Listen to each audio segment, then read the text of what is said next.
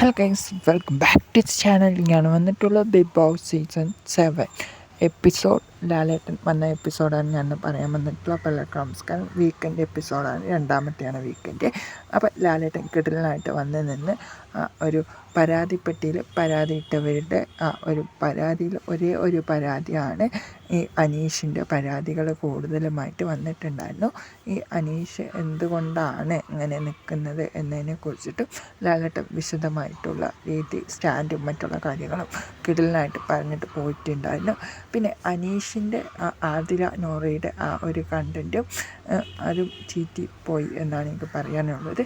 Family മറ്റുള്ള കാര്യങ്ങളും എടുത്തിട്ടിട്ട് ഈ ഒരു അനീഷിനെയും ഈ ഡൈവേഴ്സായതിനെ കുറിച്ച് ഈ 19 പേരും പറഞ്ഞാൽ നിങ്ങൾ എന്ത് ചെയ്യും എന്നതിനെ കുറിച്ചിട്ടൊക്കെ ലാലേട്ടൻ ചോദിക്കുന്നുണ്ടായിരുന്നു.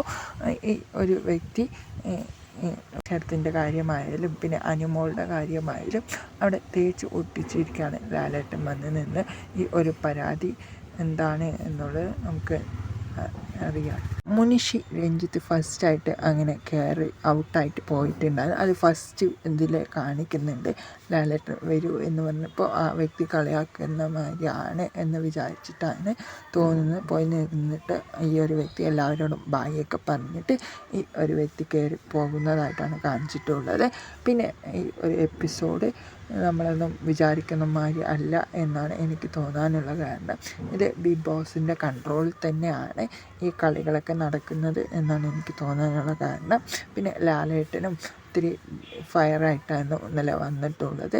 എല്ലാവരുടെ അടുത്തും അവരവരുടെ കുറ്റങ്ങളും കുറവുകളും മറ്റുള്ള കാര്യങ്ങളും ഫസ്റ്റ് വീക്കല്ലേ കഴിഞ്ഞിട്ടുള്ളൂ.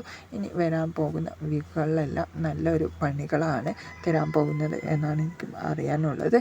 പിന്നെ ഈ കിടിലൻ ഒരു പെർഫോമൻസ് തന്നെയാണ് ഈ ഒരു 18 കണ്ടസ്റ്റൻസിൻ്റെ മേലെയും ഈ ഒരു ബിഗ് ബോസ് ടാസ്ക് വെക്കാൻ പോകുന്നത്.